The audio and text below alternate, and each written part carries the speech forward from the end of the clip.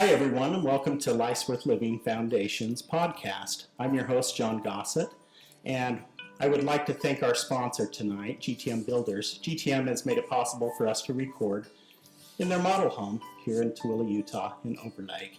If you're in the market for a new home or you're looking to build, visit GTM Builders. They're Tooele County's premier home builder. They've got 4 model homes here in our county, and they're incredible people. We are just blessed to have them be a part of sponsoring the foundation and all we do and everything we do with mental health and suicide prevention. So again, thanks to GTM Builders. So tonight I'm real excited.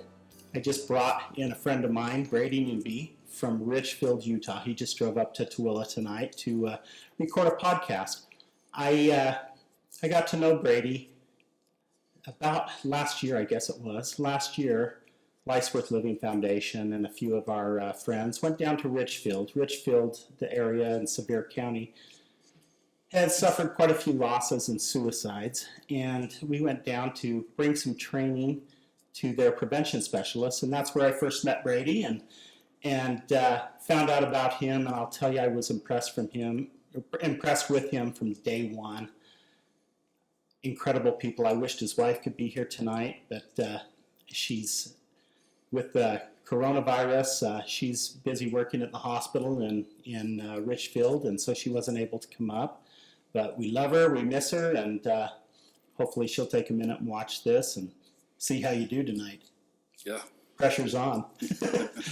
So, as you can tell, it's not that we don't like each other. We're just trying to practice our social distancing and keep it safe.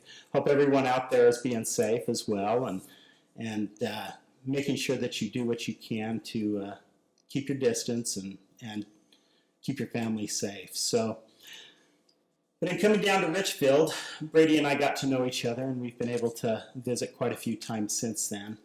And he has a story that I think is important for a lot of people to hear. It was important for me to hear, important for me to learn from, and he's told me, don't hold back, I can ask anything tonight, and I hope that you get something out of this podcast. I hope that it reaches you, this message, in the way that we intend it to come across, and that you'll feel the love that we have for what we do. And it's really important to us to, both of us, I think, have a lot of passion in what we do. And that's the first thing I noticed about Brady is his passion. And Brady has started a foundation, and we're going to talk a little bit about the foundation and what he's doing and what's really brought him to this point where it's been important for him to do what he's doing. So we're going to get into all of that tonight. And so thank you for driving up. It's a beautiful day to do it. And, it is. It's my pleasure to be here. Well, I appreciate all you do. And so we've talked a little bit, and so a lot of this is things that we've already talked about. But for all the people that are watching this podcast, I want them to get to know you and what makes you tick, why your heart's in this so much. Take me back to the first time in your life that you were affected personally by a suicide. Sure. It was about, I'm going to guess around 1990. I was a junior in high school, and the very first time that suicide affected me in my life was by losing a very good friend. He broke up with a girlfriend, and next thing I knew, we were attending his funeral. And I just remember how sad and how emotional I was. And I just remember going home and laying on my bed and crying and just feeling so helpless. My friend was gone and there was nothing I could do about it. It's just a a hopeless feeling. Very, very, can't do anything to help. It's just, How long had you known him? I had known him off and on my whole life. We played Little League Baseball together, and sometimes we were better friends than others, and I had known him pretty much my whole life. And yeah, like I say, you know, as you're growing up as a teenage boy, one day you're friends, one day you're not quite as good friends, but we always had mutual respect for each other. We grew up in a small town in Salina, Utah, and everybody knows each other in Salina, Utah. Absolutely. So I imagine that was tough to take. It was. It's hard to lose anybody that you're friends with, you care about. I'm guessing it took you by surprise. It wasn't something that you saw signs of or knew was coming. It just kind of out of the blue, right? Yep. It was just like any suicide. It's just knocks the wind right out of you and brings you right to your knees. And I think that's probably the best way it can be described. Yeah. It definitely knocks the wind out of you. It does.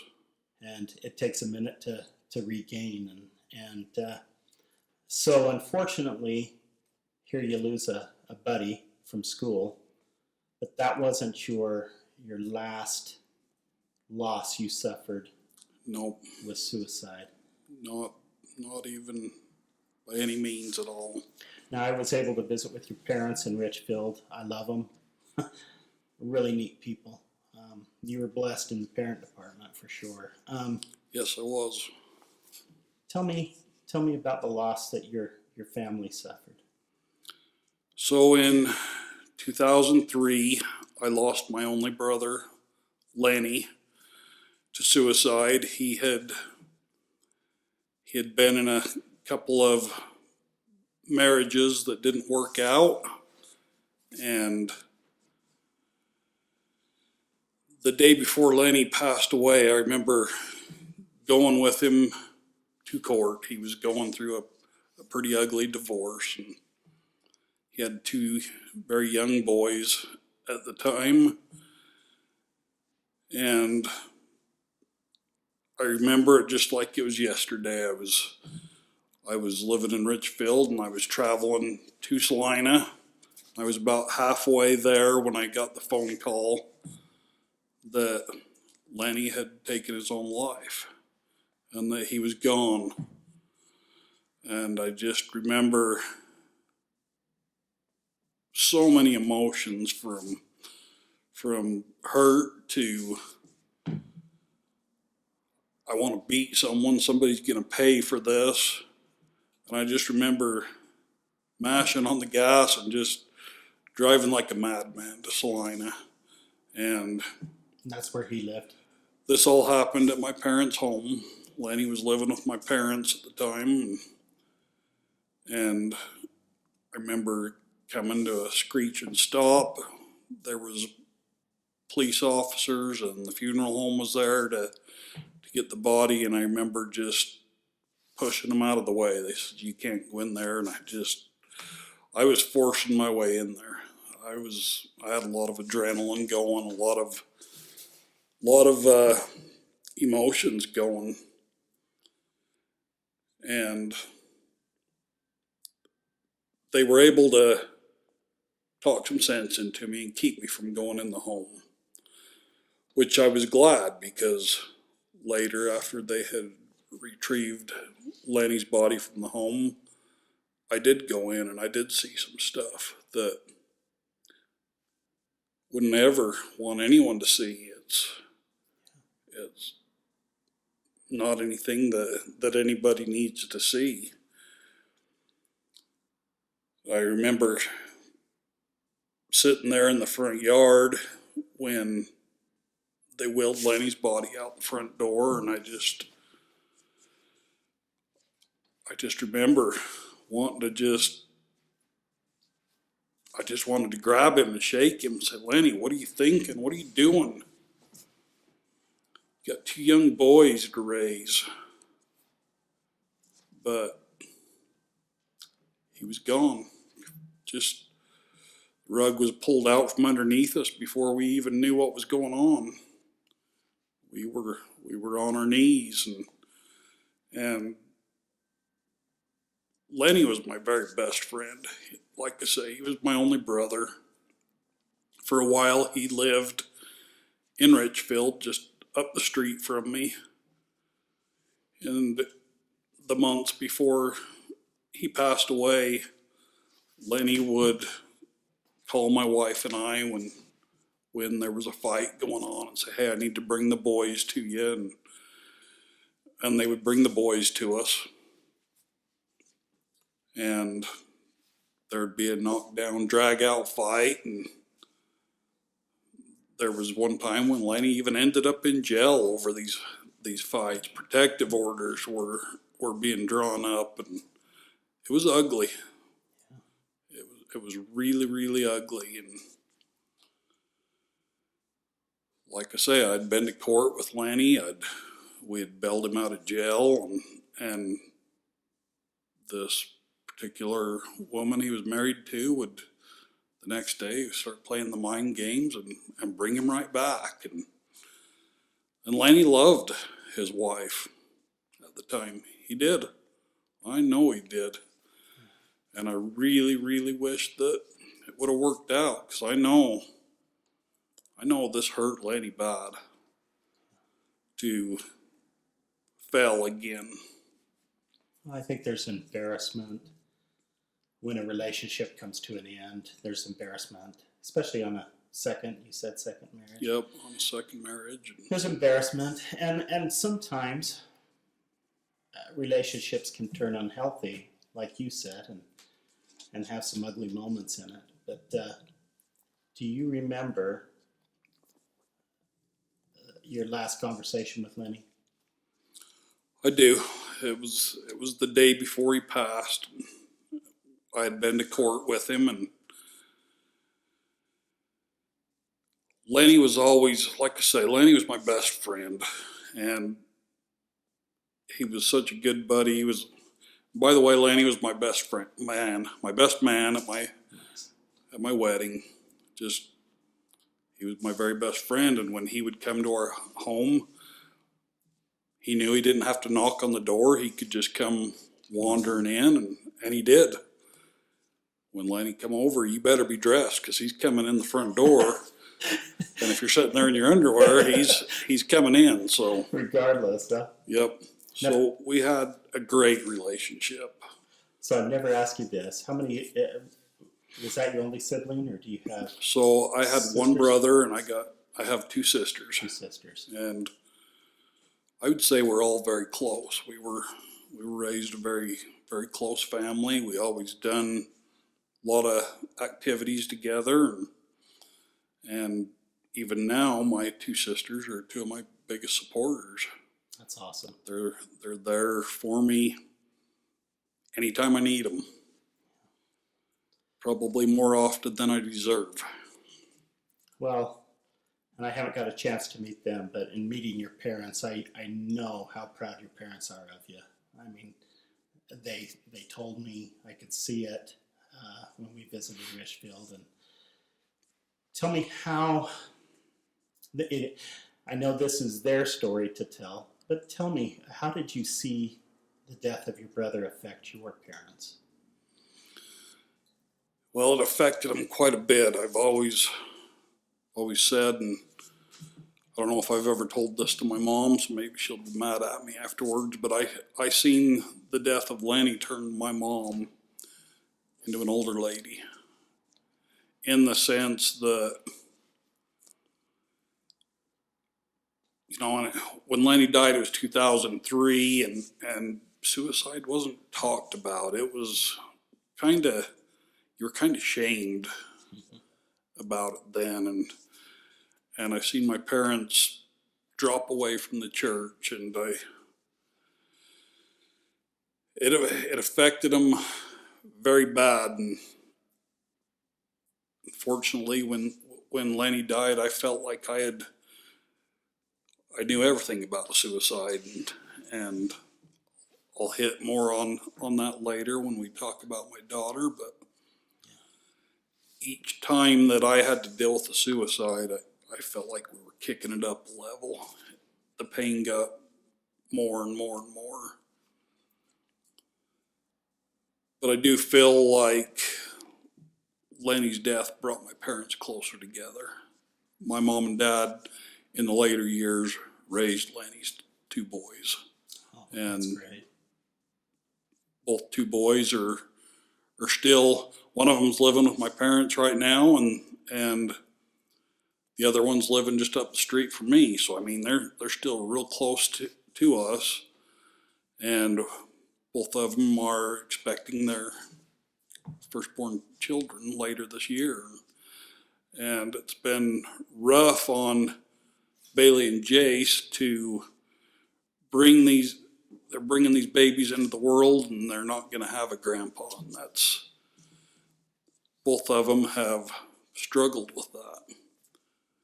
And I get it. I just became a grandpa myself almost a year ago to the date, and man, I could have just skipped right over the raised children thing, went to being a grandpa, because Grandkids are pretty awesome. it's the greatest thing in the world. We were talking about this last night, and I said, I don't know how that happened. I don't know how we're grandparents, because we're way too young. But I'll tell you, being a grandpa is great. But knowing you the way I know you, you'll step right in and fill that spot, for those kids. So sure we will. It's a neat thing to have a family as close as you are, and not only in distance of where everybody lives, but in having each other's backs, doing what you do.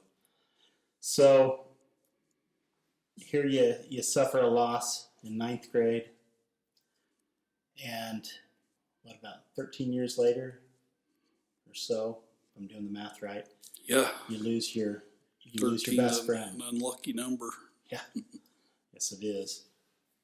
You lose your best friend, and again have the wind knocked out of you. Now I know that you saw what he was going through. You knew that he was having a hard time, but again, you didn't see this happening to your brother. We knew Lenny was in a lot of pain. Sure. My dad had talked to him about suicide, and Lenny had assured us that would never happen. And most people you talk to have had that conversation with a loved one who dies by suicide. Yeah. We weren't really expecting it. It was, you could take a baseball bat and hit me right across the small of my back and it wouldn't hurt anymore. It was definitely a punch below the belt.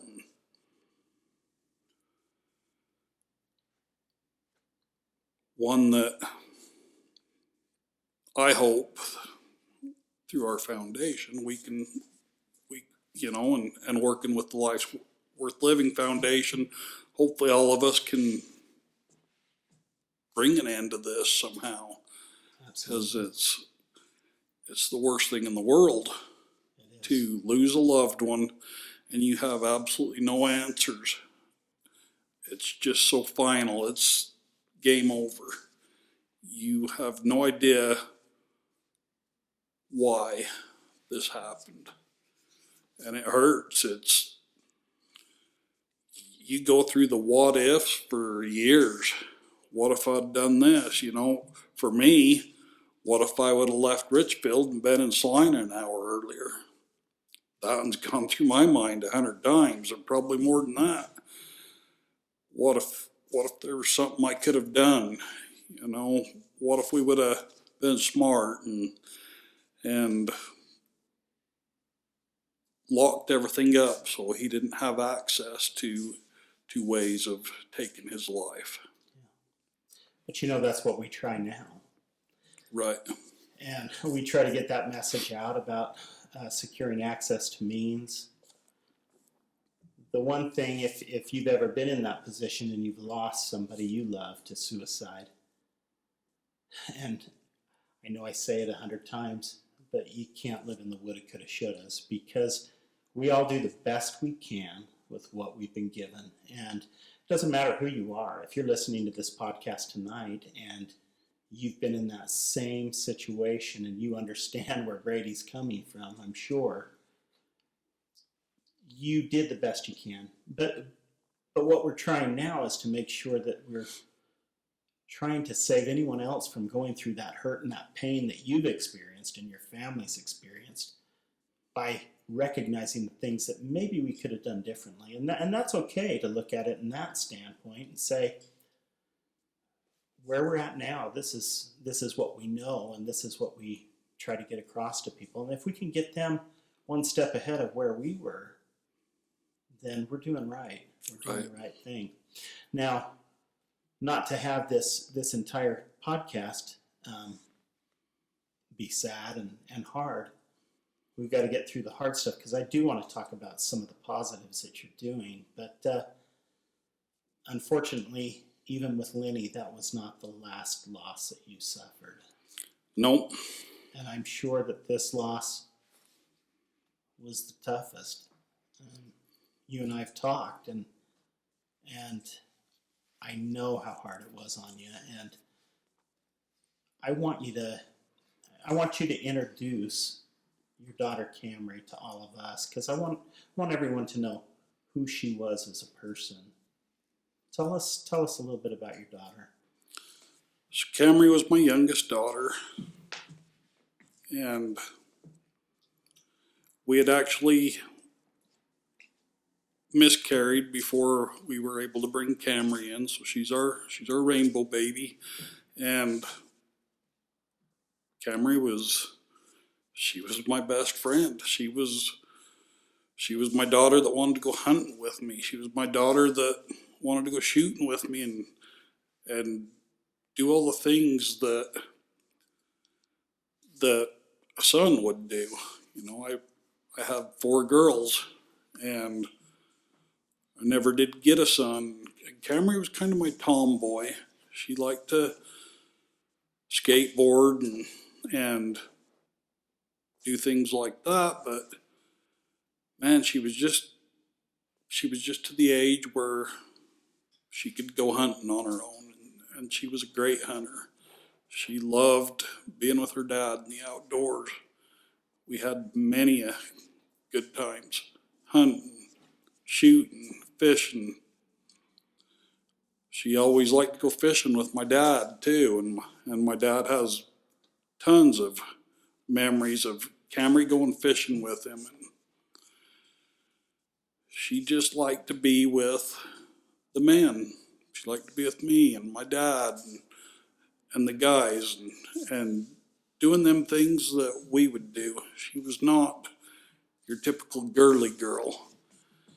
She didn't want to paint her fingernails and do her hair up and makeup and stuff like that. Camree was a tomboy, and I love that she was that way, because I longed for having that relationship. Not having a son, I didn't feel like I would ever get anyone that wanted to go hunt with me. My 2 youngest girls are the only 2 that like to do the things with me that I personally like to do. The other 2, they didn't even take hunter safety or have any desire to fish or do anything like that. So these 2 were it for me, and they completed my life. You know,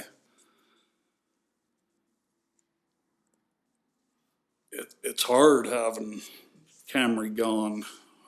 I don't have that partner to go hunt with anymore, and I don't even have the desire to go do them things anymore, because there's just too many memories, too much hurt. I have no desire to go do these things by myself. Makes sense.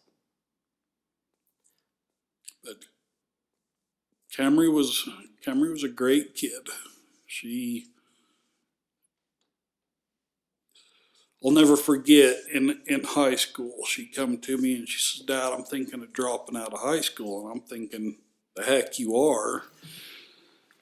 I was kind of furious with her. Well, in Richfield, they have a kind of a secondary school called Cedar Ridge. By far the best thing that she ever done in her life. She went from a failing student to being the valedictorian and speaking at her graduation. She was involved in the ROTC program, and she had a desire to serve her country. And unfortunately, right before her passing, she was unable to enlist in the Army due to some medical concerns, which we don't feel were medical concerns at all. She just had a nurse, for a mother. And her mother had talked a doctor into doing some tests that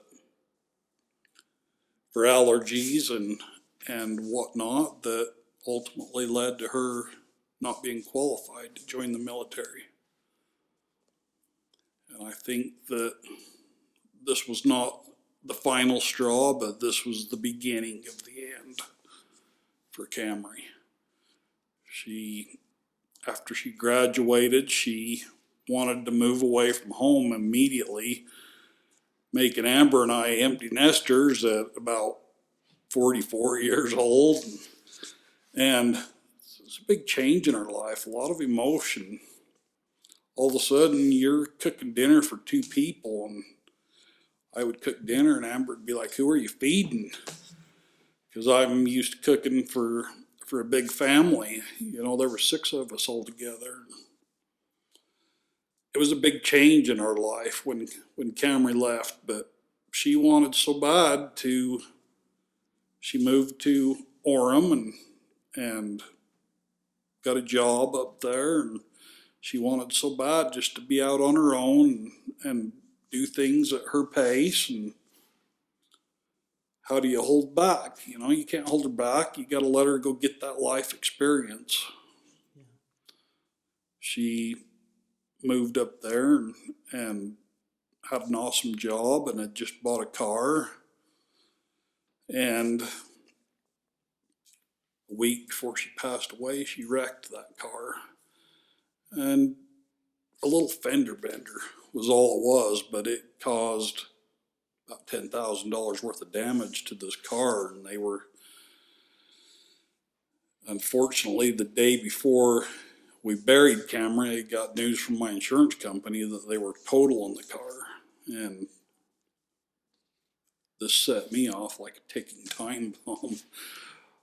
I said some things to an insurance agency that I'm not very proud of, but I said some things out of anger, and that's what I do. When I get mad, I explode, because I bottle everything up and then explode. And fortunately, we were able to get the car. I drove the car here today to do this podcast. I got my way, and we were able to buy Camry's car, and I drive it to this day. It just makes me feel close to her to drive it. Have something of hers. Yeah, I don't blame you.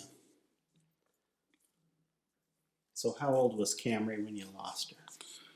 Camree was 18, just about 19. She was just a couple, 3 or 4 months away from turning 19 years old.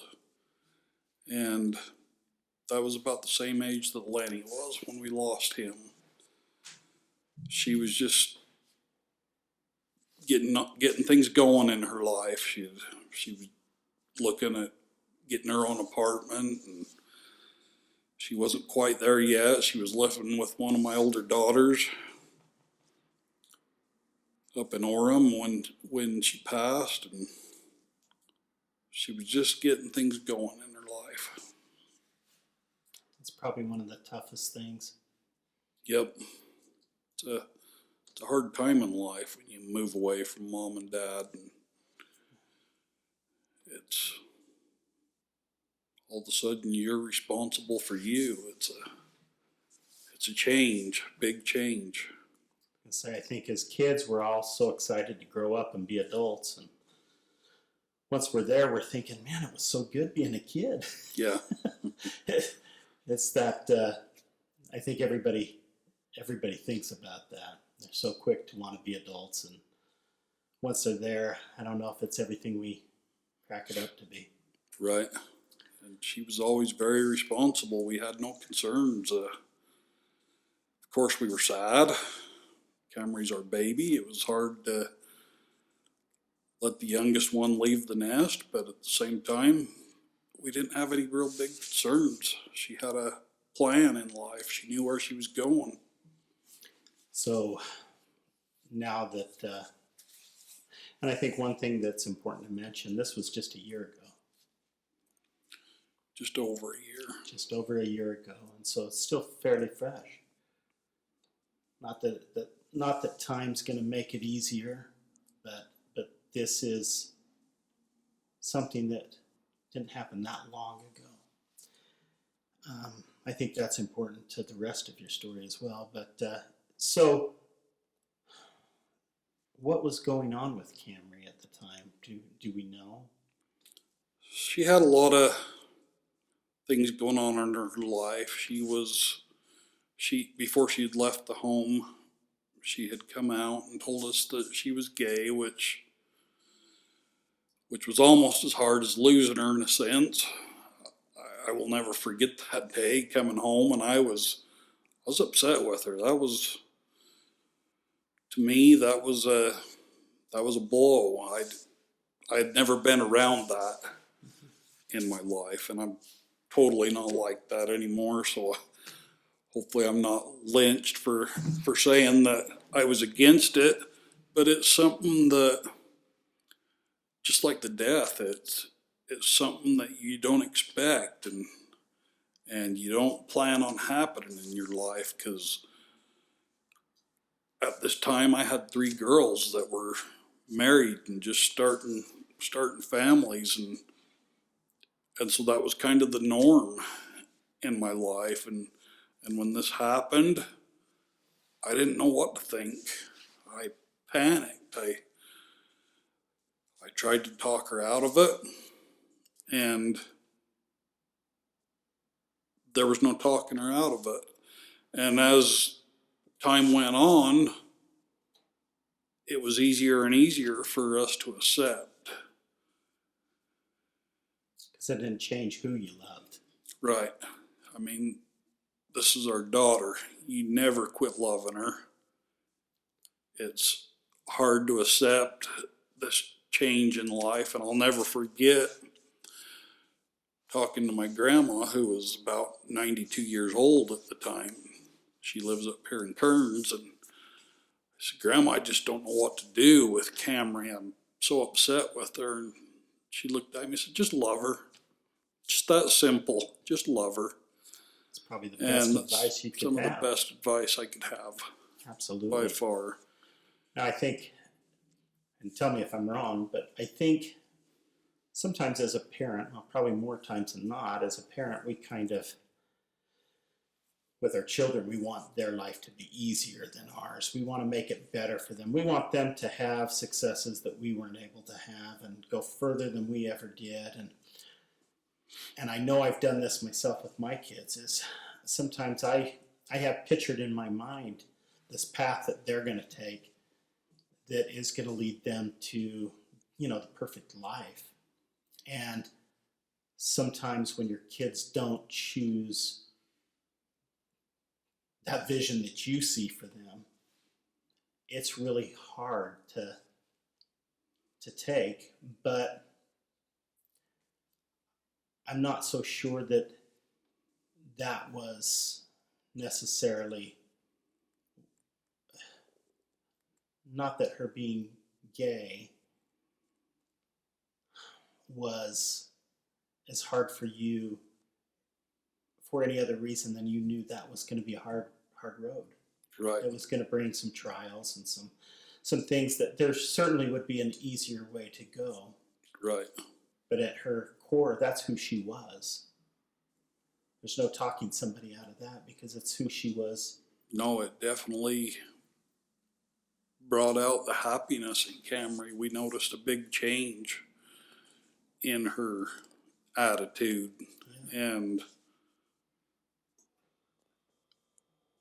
as in a typical relationship, you know, when the breakups come, it was pretty much the same thing. We had learned to embrace her lifestyle, and it's not anything we held over her head. She would bring her girlfriend around, and we allowed her to bring her in the home, and you just have to learn to deal with it. And if there's anything I could say to somebody going through this, as hard as it may be, I would have to say just go with it.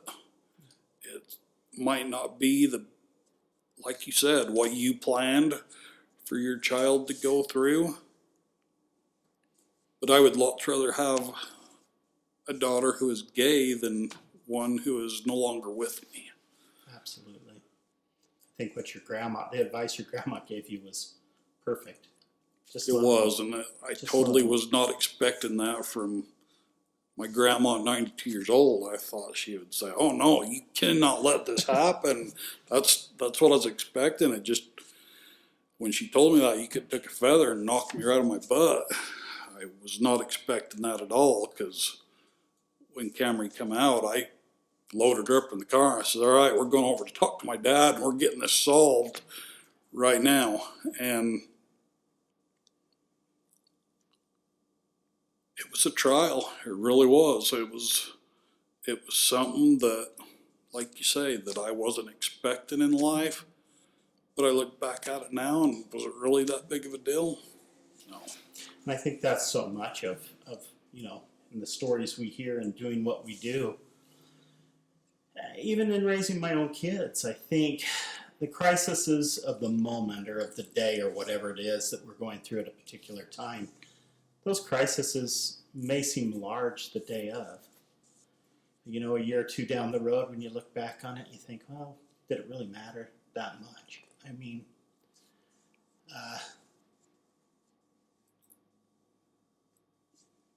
time has a way of working itself out. And right. The one thing that your grandma had on us was twice the years of wisdom that she had to Yep. maybe know a little bit more than we knew, that, you know what, it's going to work out. Yep. So she sounds like a wonderful girl. She was. She's the best. And going, not to make you relive it, but can you tell me where you were and everything the day you found out that she was gone? I mean, how did that play out? Well, I was at work, and it was really, really close to time for me to go home. I had actually was off the clock and was just kind of lingering around, and I get a phone call from Amber, and I immediately knew something was wrong, because she couldn't even talk. You couldn't even understand her. And I says, "What?" And she says, "Camrey's gone." And I immediately just hung up, and I ran off the job. I ran, and I jumped in my car, and once again I'm driving around like a madman. I go home, and as soon as I pull in the driveway, Amber comes out the door, and Camree was living up in Orem at the time, and that's where she passed away, was in Orem. And so we're driving from Richfield up there, and I get on the freeway, and I look down, and I just have the needle buried. I'm doing near 100 miles an hour, just frantic. And Amber's laying on the floorboard, kicking and screaming, yelling Camry's name. And I remember at one time looking up and a highway patrolman pulled right out behind me, and I thought, great, now I got to explain to him why I'm driving like a crazy man. Pulled right behind me, and I got back over in the other lane, expected to get pulled over, and he went right by me. Just never bothered me, and I should have got a ticket that day. I was doing near 100 miles an hour, and Amber told me, call your parents, tell them we're coming there, and somebody needs to drive us up the rest of the way. And so I did. I called my parents and told them, and a couple minutes later we arrived in their driveway, and I remember getting out of the car and I just instantly fell to my knees as my parents come running out. And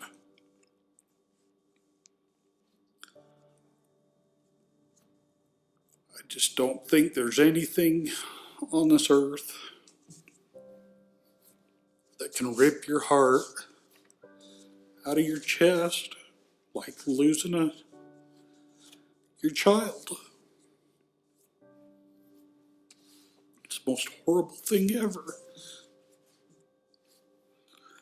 And we've talked a million times about it. You know, if losing a daughter to suicide, there just are no answers. We don't know why Camree took her life. We do now, but at this time, at the current time, we don't know what's going on. We had talked to Camree just a few days before, and I'm one of the cheap people. I always buy the tax software, and Camree asked me if I would do her taxes. She was hurting for money.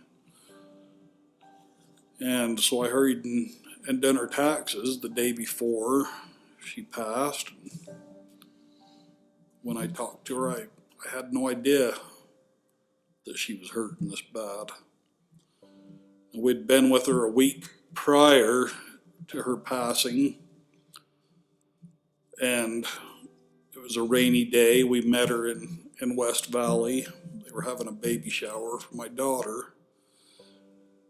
And Camree said, on the way up, my windshield wipers are horrible.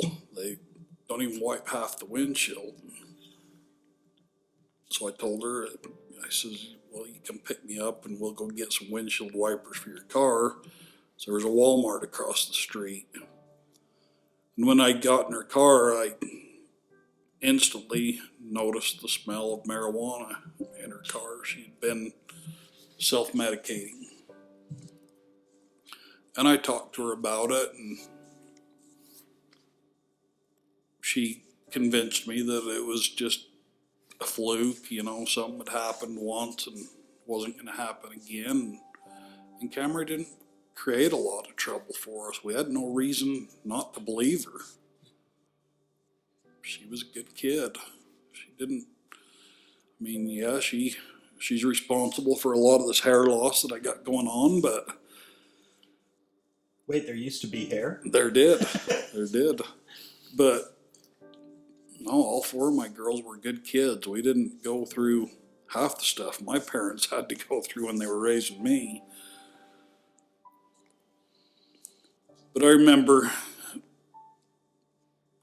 as it was actually my sister that ended up driving us up to where Camree was, and it was a lot like when my brother passed away. I jumped out of the car. I'm ready to fight. I'm wanting to figure out where my daughter is. And I think your instinct is you're not going to believe it until you see it. And luckily,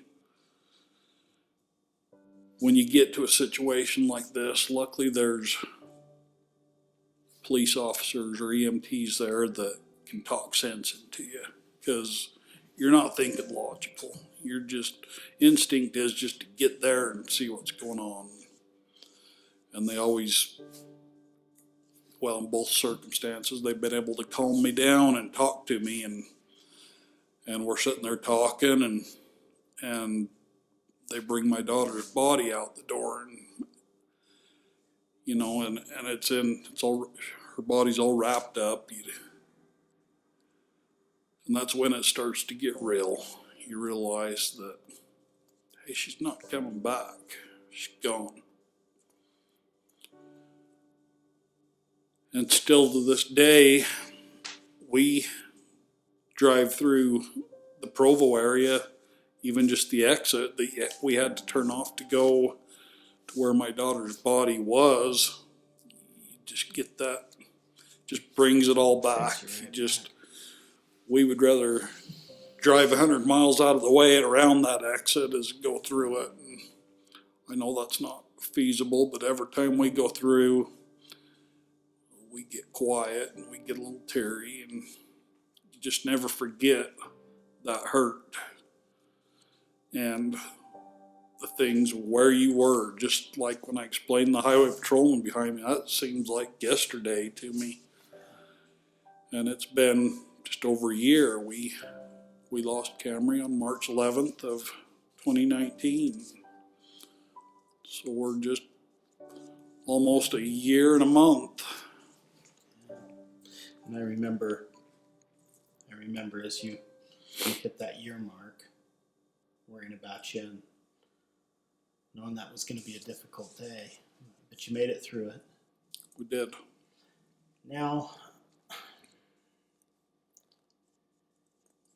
as we talked about, there's no way to go back and change circumstances. There's no way to go back and say, if I could have only done this or I could have only done that. But from Camrey's standpoint, not from the what you could have done, but from Camrey's standpoint, and I know she struggled with being able to be her true self and tell you, that she was gay. There's a lot of struggles, a lot of hurdles that the LGBTQ group has to go through. Looking through the lens of Camrey's eyes, what could we have done better? What could we as a community do better to love and embrace these kids that, they'll tell you they were born that way.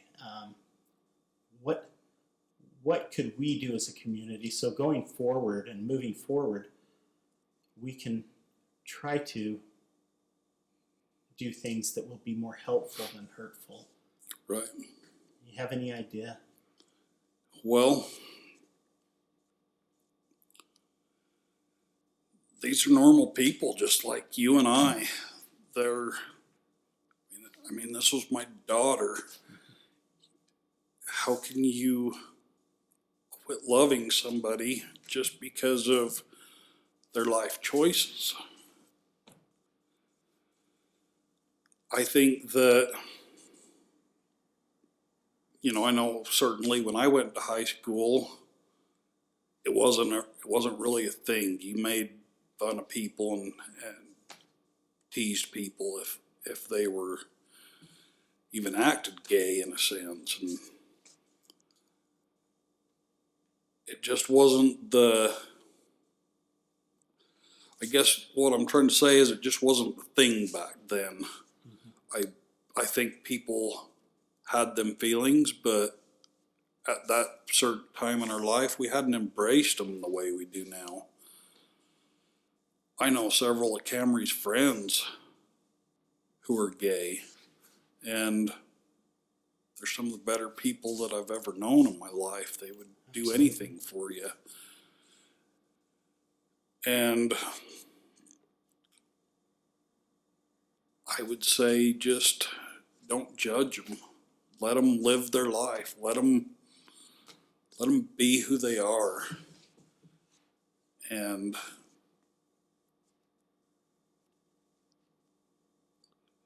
I know that's hard, especially coming from me, because I was one of them knotheads in school who teased people, and I remember even teasing my girls.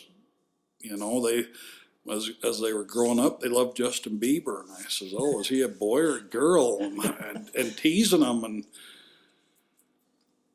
I never meant nothing personal about it. It just We're dads. That's what we do. right. And now I've learned to be more sensitive to that. I don't dislike someone because of their choices. And their choices don't really affect anyone but themselves. And so, you know, a few weeks ago when I was interviewing Taryn, I know that we had this conversation, and I think about this all the time. And I mentioned this in her podcast, but what would this world be like if we were all the exact same? I mean, really what makes life enjoyable is the fact that people are different. People have different strengths and different weaknesses and different attributes, and if we were all accountants or we were all attorneys, no offense to the accountants and attorneys, but if we were all accountants or attorneys, what would this world look like? You know, there's... It'd be pretty boring. You know, my dad was my hero, but he had entirely different skills, entirely different things that made him unique and special. And even though I'm a part of my dad, I'm totally different. And that's not to say I'm better or worse. We're different. And Right. And same thing with you and Camree. I mean, she's part you. And she brought something unique and special to this world. And it was something that we needed. Yep. And I think that's the hard thing when we lose somebody, is you now see all of those things that made her unique and special. And it was exactly what we needed. And I think that's what makes it so hard to have a loss like that. I think it's really difficult. And I've not been there, and I can't tell you I know exactly how you feel, but we've talked, and I have a pretty good idea of having the air knocked out of you, like you said, and that's the perfect example of it. So, like Grandma said, just love them. Don't try to change people. Accept people for who they are. Right. I think that's key. And to remember that their choices are their choices. I mean, we all come here with agency, and we can do whatever we choose, good, bad, ugly, whatever it is. But everybody does. People are good. I think most people are really good, and I think they do the best they can with what they've been given. And I think she was doing the best she could with what she was given. Now, you had mentioned that maybe there was some drug use. And I think that's important if you've got a loved one that is struggling. We talked to Jared Miller last week about addiction. But, you know, so many times people don't get the treatment they need. They don't seek that professional help from a doctor.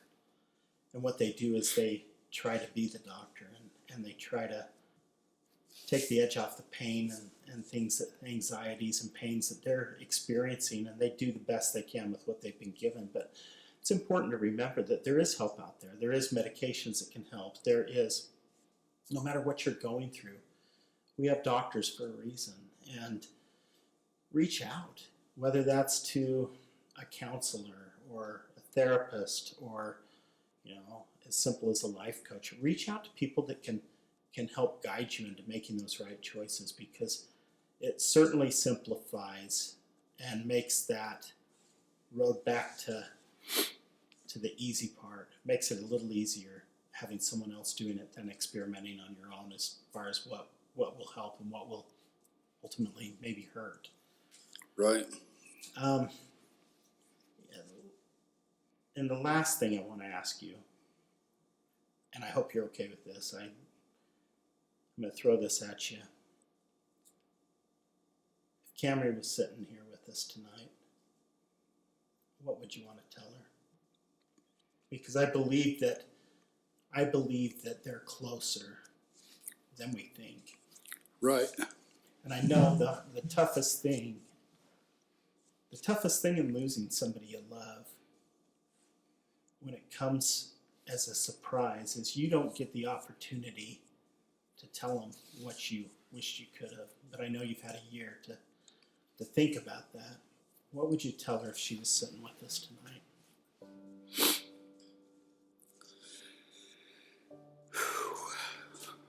I would tell her how proud of her I am. Very proud of her for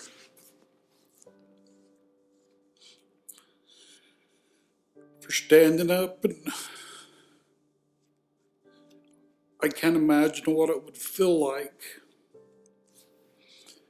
to go to your parents and tell them that you're gay, knowing that you're going to disappoint them.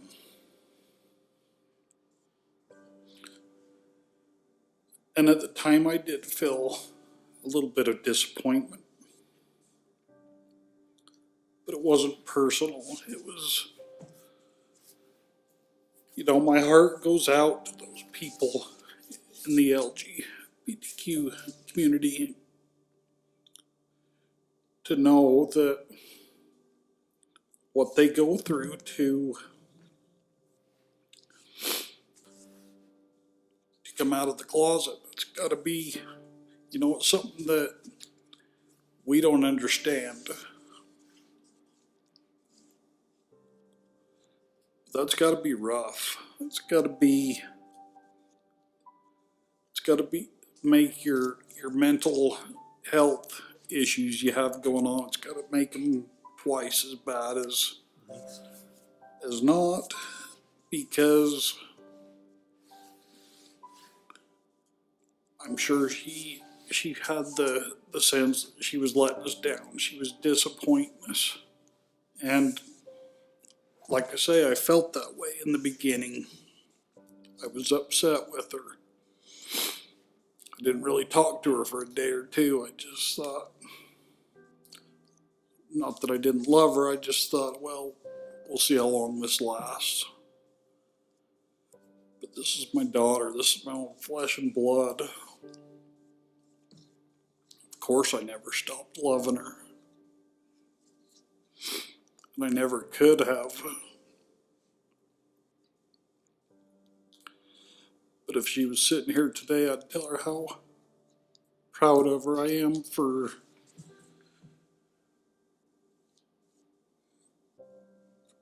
going the route she felt she needed to go, for standing up and saying this is what makes me happy.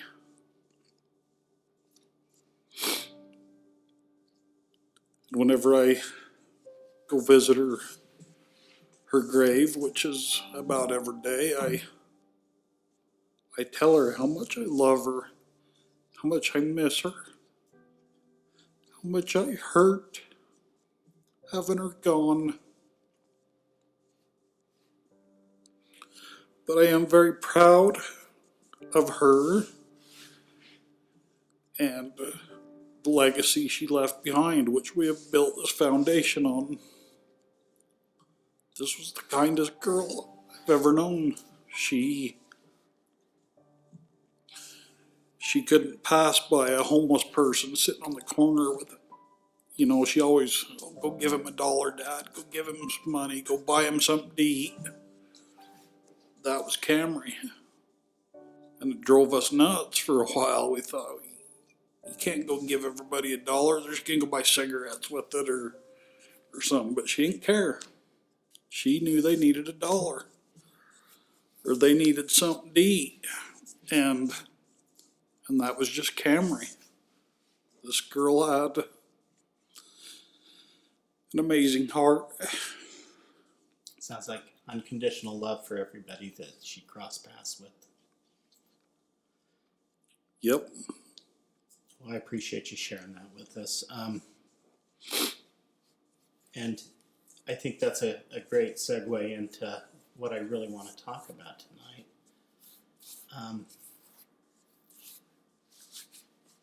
There are a lot of people that lose their child, go through what you've gone through. And I think a lot of them sit back and think, what do we do now? You know, what do we do? And I hope I'm not overstepping my bounds, but I got to tell you, Camree is so proud of you guys. We've known each other for a while, and one of the things that I know about you now is a few years ago you were pretty shy, and like you said, you're not a man of many words, and I have to share with everybody the Brady that I know is passionate and driven, and this may have been something that happened in the last year.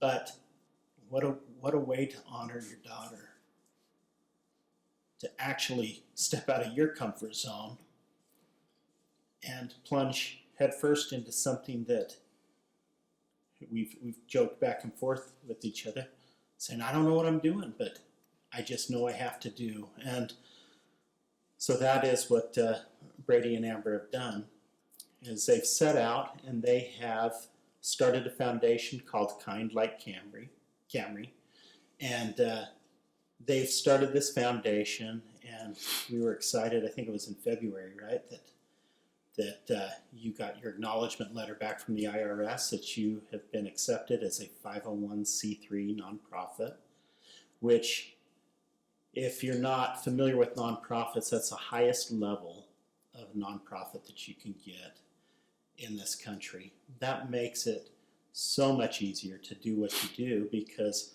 now people, as they donate money and funds and businesses step up to support you, that becomes 100% tax write-off for the people that want to piggyback with you and be taken on this ride and this journey that you're taking them on to make a difference where you live. So I'm going to highlight just a couple of things, and I think you might have mentioned it tonight, was you went ahead and started collecting coats for the homeless. Tell us what you decided to do in doing that, and what was your reason behind it? So we decided we were going to put together a coat drive, and I actually was looking at a homeless shelter in Utah County when I first started doing this, and I thought, oh, we'll take them up 20 or 30 coats if we're lucky. We collected over 250 coats. My wife has a Chevy Traverse, and I laid the seats down and we crammed bags of coats in there. And I probably looked like an old football player, put my shoulder down and cramming them in there. We filled that thing clear full. Over 250 coats. And that morning we headed north with them, and I didn't know where we was going to take them. I told my wife, if we have to, we'll take them up somewhere and donate them to the DI. And I was making phone calls as we left our home, and I come across the Salt Lake Rescue Mission. And I made a phone call to them, and I says, hey, I got this load of coats. Can I bring them up to you guys? And absolutely was their word. We need them so bad. And so finally we got a place. We know where we're going with these coats, and we head up to the Salt Lake Rescue Mission, which is pretty close to the Rio Grande district. Yeah. And we pull up, and it's my wife and myself, my daughter, and my newborn granddaughters in the car. At the time, we pull up there, and I says, okay, let me out, and you guys pull over here and lock the doors, and don't let anybody in. We're scared to death. we're out of our element. A little And different than Richfield. Yeah, yes. And so I walk inside this place and I'm walking through a kitchen. I'm guessing where they eat, and I don't remember the gentleman's name, but at that time I knew who it was, and I asked him where this particular gentleman was, and they pointed me in the direction. I pulled up and I introduced myself. I said, "Hey, I'm Brady with the Kind Like Camree Foundation. I brought a whole load of coats, and we'd made some homeless kits too. We had little kits put together with shampoo and soap and hand warmers and just little treats and stuff, just what we thought maybe somebody could use that was on the street."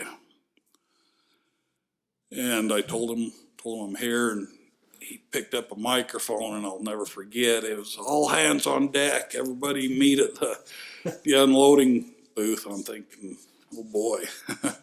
And so he tells us where to go, and we pull around back, and all these guys line up. So we started unloading the coats. Kind of I'd hand them to one person, and then the next person would come up, and I'd hand one to him. And every time I would hand off a bag or a bundle of coats, every single one of them thanked me. "Thank you so much. Thank you so much." And I never heard thank you so many times as I did. And it's really touching my heart. These guys have nothing, and they're thanking me for bringing them a coat. What a simple little thing, I got Something we take 5 or for 6 granted. of them in the closet, and what's a big deal about a coat? And we get down to the last ones, and I asked these guys, I says, "Hey, can I explain to you my foundation and tell you why we're doing this?" And I jumped up on the loading deck with them, and I told them the story at Camree and how every time we seen a homeless person, Camree wanted to give them something. And as she was living up on her own, we would hear from her all the time. "Oh, I went into Salt Lake and found some people, and they needed some stuff, so I went and bought them a hoodie or whatnot." And I'm explaining this to them, and they're all got tears rolling down their cheeks, and you can just tell that they're so grateful for the coats that we brought up to them. And I never thought in a million years that I would be hugging homeless people. Obviously, the coronavirus wasn't around then. I'm hugging these guys, and they're just the most grateful people that I've ever met. They thanked me so many times, and then I asked them if we could get a picture with them, and it's one of the pictures that I cherish. It's on our Facebook page on our website. They're just so grateful for everything we was to give them that night, the coats, the kits. And we didn't give them all of our homeless kits after we were done. Our whole family went to Temple Square, and then we walked the streets of Salt Lake City looking for people that we could hand these to. And yes, coming from Richfield, Utah, where you don't see this, it was a very humbling experience to meet somebody that's living on the streets. It's crazy. And you think, yeah, you got 5 or 6 coats of your own, and you don't realize what a necessity that is. But you spend one night in the Rio Grande district or one night in Pioneer Park during the middle of winter. We're in Utah. It gets cold, and they go through a lot. And the one thing that you probably already thought of, but I mean, so many of these homeless people are at their rock bottom. Now, some of it could be life choices, some of it could be mental illness. There's a multitude of things that would lead someone to being homeless, but the one thing we know is when you're down and you feel hopeless, many of those people at their rock bottom, contemplate taking their own life. And I know that that act of kindness that you did really made a difference. It made a difference to how many coats again? Over 250. Over 250 people. It made a difference. And real quickly, I want to mention what you just finished, because this is a feat. We're in the middle of the coronavirus. The numbers are staggering what the world is going through. It's like nothing we've ever seen. And you set out to do something that I was afraid might not be successful, just due to the circumstances that we're all living in right now with quarantine. Right. And keeping our distance and staying at home. I mean, we can't eat at restaurants right now. I mean, you can't go to the movie theaters. Life has changed dramatically in the last month. Yep. But you set out to do a blood drive in Richfield, Utah, so Sevier County. You set out to do that. And I kept thinking, boy, it hasn't hit down there yet, because it seemed to have hit the Wasatch Front and the major metropolitan areas in Utah. And they were shutting us down left and right. Richfield was still, you and I talked at that time period, and I remember it really hadn't caught up to Richfield yet. And I was thinking, man, I hope they could still do this. But you set out with a goal of being able to get 120 units of blood donated. Well, it actually started out with I asked for a one-day blood drive. It actually started out with a goal of 32 units. And that filled up in no time. I think I was given permission to do that on a Thursday, and by Saturday we had filled that up. And so I called the guy who I was talking to at the American Red Cross and says, hey, what can we do to make this a little bigger? I filled this up, and I just had ordered all kinds of flyers from Vistaprint, which hadn't even reached my home yet. And I'm thinking, they're garbage, you know. And he immediately gave me, we were bumped up, we were given 40 slots, 40 appointments, which, again, by Monday was totally filled up. And then I'm calling him begging for, what can we do? Can we make this bigger? And so he gave me another day. We turned this into a 2-day event, 80 units. And this time it didn't totally fill up really, really fast, but I think it took probably 2 or 3 weeks to fill that one up. I got a call from, we have a group of FedEx employees there in Salina where the trucks come, I believe, from Las Vegas, and Salina is their meeting point, and a lot of these trailers are sorted there. And I had a gal call me and says, I'd like to bring all my FedEx employees over and donate blood. And there was 13 of them. Well, 13 was my number I needed to fill that day up. And so we filled that day up, and I'm thinking, oh, great, we're done. We got this thing filled up. And then a gal from the Red Cross called me and says, hey, we were going to have a blood drive at Snow College on this day, but it's not turning out very good, and we'd just like to turn it into a third day for you. Would you take it? And I'm rolling my eyes and thinking, oh boy, you guys just blood-hungry savages is what I'm thinking. And of course, you give me a challenge and I'm going to take it. And we took it, and my wife, she works at the hospital, and she went to work the next day, and she says, hey, my boss heard there's a very, very critical need for blood right now. And she said if we can get that third day, she'll go to every single person in the hospital and ask them to donate blood. And I told her, well, I took the third day, so go for it. Fill it up, because Brooke, the gal at the American Red Cross, told me if you get one person, we'll stay and take their blood. Well, Amber worked on that pretty tirelessly, and she filled that third day up, which gave us 120 appointments to 120 units of blood to to be donated. And I was worried because when we first set out to do this blood drive was in January. And then when the coronavirus hit, I just was expecting, no, nobody's going to show up. This could be bad. We're going to look like failures. Totally the opposite. Each day we turned away at least 10 people and said, I'm sorry, we have no appointments to take your blood. Check with us tomorrow. Well, after the first day, the Red Cross lady calls me and says, hey, the CDC is shutting us down to walk-ins. You can only take the appointments only. And I'm like, boy, how can this get any worse? Because I also, with the coronavirus, lost the church house where I was going to have this blood drive. And I mean, if it wasn't one thing, it was 3 others.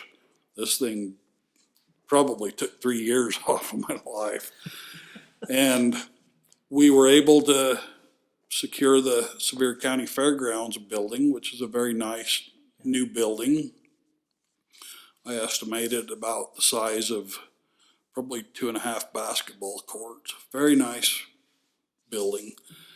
We were able to get that, and the guy I talked to even talked to the health department, and within 15 minutes, I've got a new place to have my blood drive, but I'm still worried, are people going to come? Are they going to go to the wrong building? I mean, nothing has went right for this thing.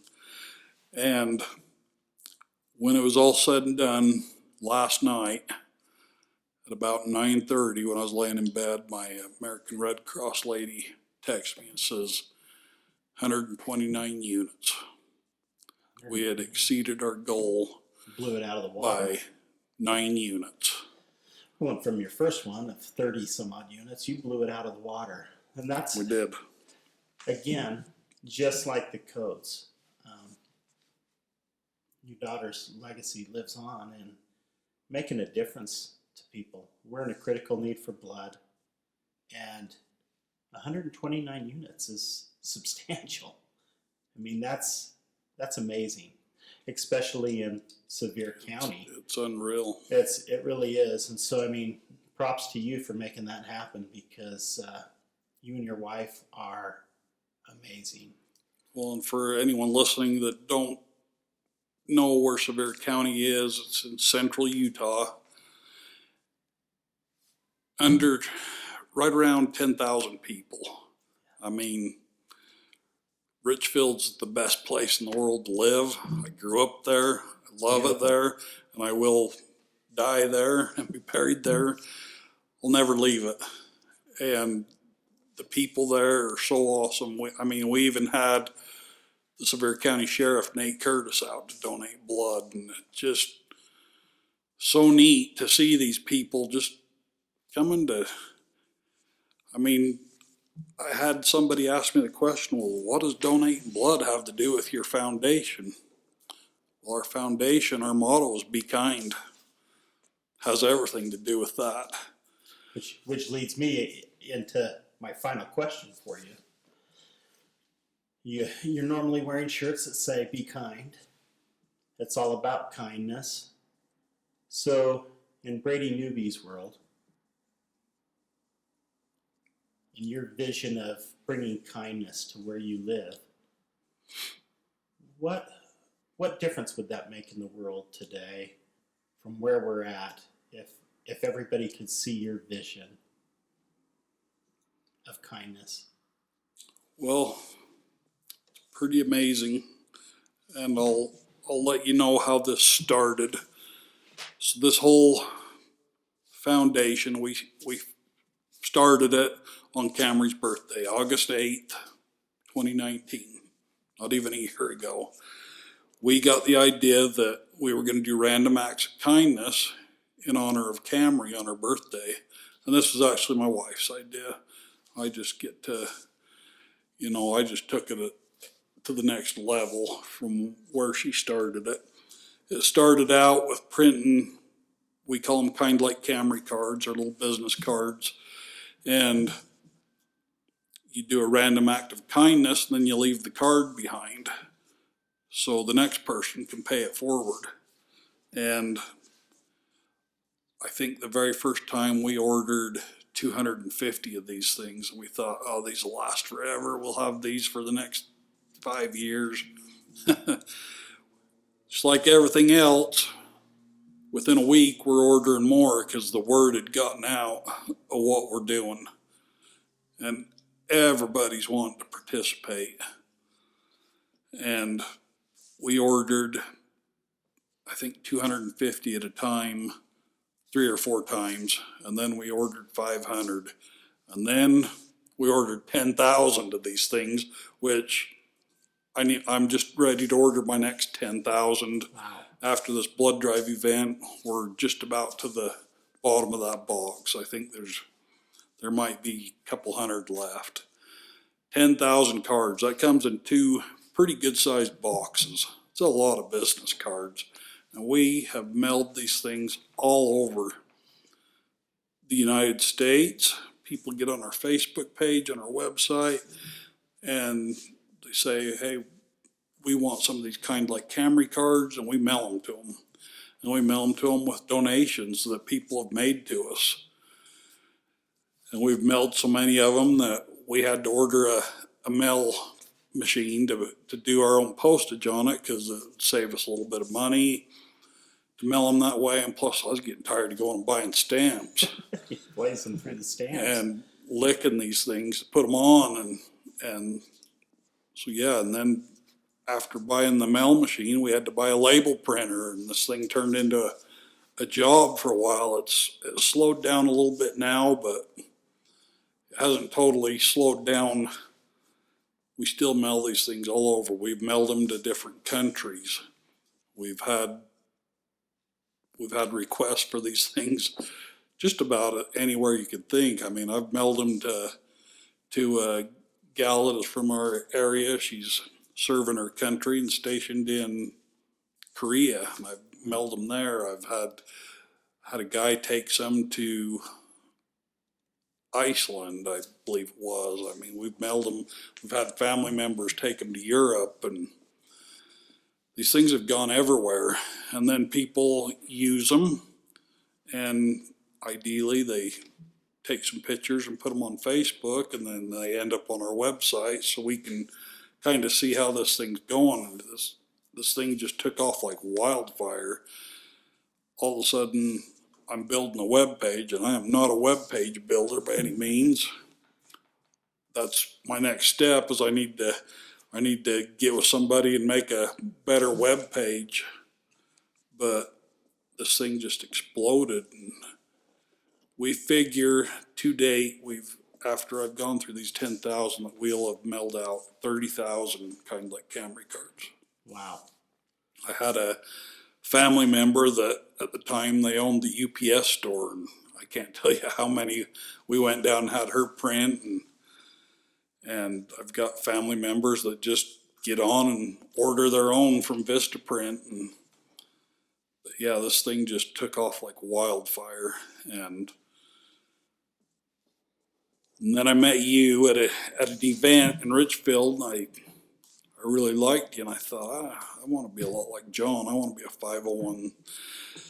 501c3 company, and I applied for it, and I remember us talking how long it took, and it's a big process to do, but anyone that's setting out to do this, I'd recommend they just stick with it.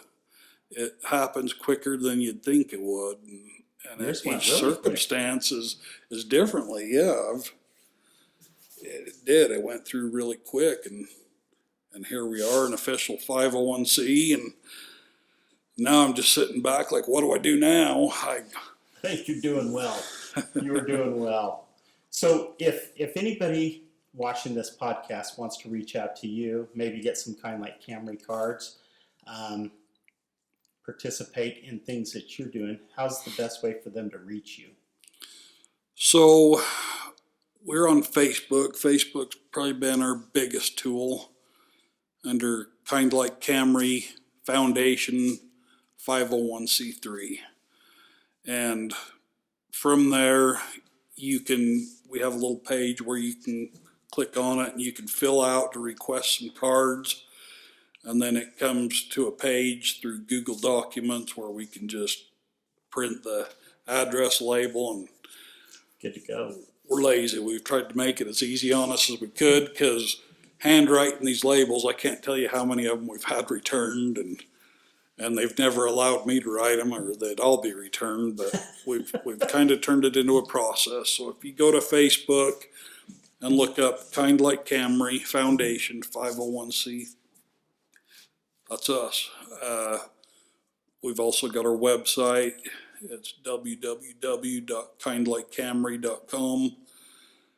And like I say, I'm not a web page designer. I've used all of GoDaddy's tools to design it to where it's at. I'm not saying it's the worst website in the world, but it's definitely not what I want. It'll all come in time. It'll all come in time. Well, I appreciate you. I appreciate your wife. We love you guys. It's amazing to me what your daughter inspired in you. And we talk about there's angels among us.